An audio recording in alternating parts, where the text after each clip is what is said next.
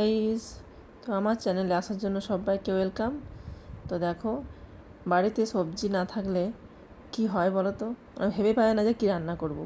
সেই জন্য এই সব রান্নাগুলো কিন্তু খুবই আমাদের মানে হয়ে যায়, মানে ভাবতে গিয়ে যে দেখি কী রান্না করব কী রান্না করব। তো এখানে দেখো মুসুরির ডাল আছে, তো মুসুরির ডালটা আমি ভিজিয়ে নিয়েছি। ভেজানোর পরে দেখো আলু আছে, আলুটাও কেটে নিয়েছি। তো আমি এখানে পেঁয়াজ, আদা, রসুন, কাঁচা লঙ্কা ওটা আমি পেস্ট করে নিয়েছি, ঠিক আছে। আর মুসুরি কড়াইটা ভেজানো ছিল, তো আমি এটা মানে বড়া করব, সেই জন্য আর কি এখানে পেস্ট করে ওর মধ্যে নুন আর কালো জিরে আমি অ্যাড করছি, ঠিক আছে। এই সমস্ত রান্না কিন্তু কোনো বাড়িতে সবজি যখন থাকে না তখন এইগুলো দিয়ে কিন্তু কাজ চালানো যায়। হ্যাঁ, তো সেই জন্য সেদিনকে তাই হয়েছিল, আমার বাড়িতে সেরকম কিচ্ছু ছিল না। তো ভেবে পাচ্ছিলাম না যে কী রান্না করব আমি।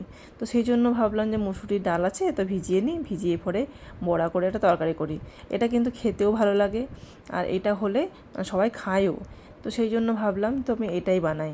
সেই জন্য এই দেখো মুসুরি কড়াইটা কিন্তু আমি আস্তে আস্তে এই যে ভেজে নিচ্ছি বড়া আকারে, ঠিক আছে।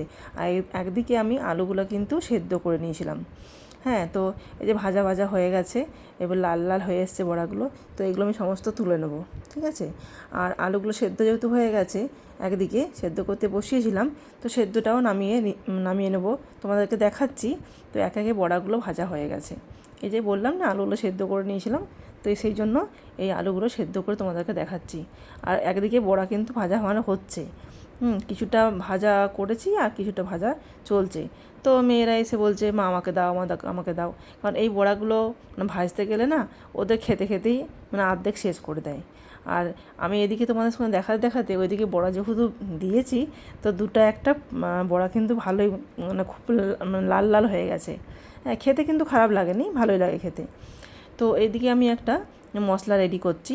কী বলো তো, জিরে গুঁড়ো, ধনে গুঁড়ো, হলুদ গুঁড়ো আর লঙ্কা গুঁড়ো, ঠিক আছে। এটা কিন্তু আমি তেলের মধ্যে মানে এখন ডাইরেক্ট দিচ্ছি না, এটা জল দিয়ে আমি গুলে নেবো। জল দিয়ে গোলার পর আমি এই মশলাটা তেলের মধ্যে আমি দেবো। তো তোমরা দেখতে থাকো। তো বড়াগুলো যখন ভাজছিলাম তখন মেয়েরা বলছে, মা একটা দাও করে, মানে অর্ধেক অনেকটাই করেছিলাম কিন্তু কম হয়ে গেছে বড়াটা। তো সেটা দিয়ে আলু দিয়ে তরকারি করেছি, তো সেটাই তোমাদেরকে দেখাচ্ছি। এদিকে মশলাটা দেখো জল দিয়ে কিন্তু এমনি প্লেন নর্মাল জল দিয়ে কিন্তু গুলে নিয়েছি। আর এদিকে বড়া ভাজলাম, সেই তেলটা রয়ে গেছে, তো সেই তেলেই কিন্তু আমি 5 ফোড়ন দিলাম। আর ওদের দেখো গ্যাসের উপরে একটা দেখো বড়া নামানো আছে। মেয়ে বললো, মা ঠান্ডা হোক, গরম তো খেতে পাচ্ছি না। তো আমরা একটু প্লেটে না প্লেটে নেয়নি, ওখানে রাখো না, এরকম করে বলে চলে গেছে। তো ঠান্ডা হওয়ার জন্য ওখানে নামিয়ে দিয়েছে। তো একদিকে দেখো 5 ফোড়ন ভাজা হয়ে গেছে।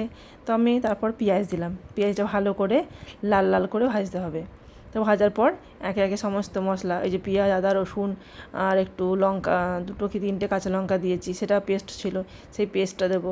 এই টমেটো ছিল, টমেটোও কেটে নিয়েছি। তো তেলের মধ্যে টমেটোটা একটু ভাজা ভাজা করে নেবো, তারপর ওই পেস্টটা আমি দিয়ে দেবো। ভালো করে কিন্তু কষতে হবে। তারপর একে একে নুন দিচ্ছি, আর মশলাটা যেহেতু গোলা ছিল, ওই গোলা মশলাটা কিন্তু দিয়ে দেবো। তো ভালো করে যে পেঁয়াজটা ভাজা ভাজা হয়ে গেছে, এই যে মশলা পেস্টটা ছিল সেটা আমি দিয়ে দিলাম, ঠিক আছে।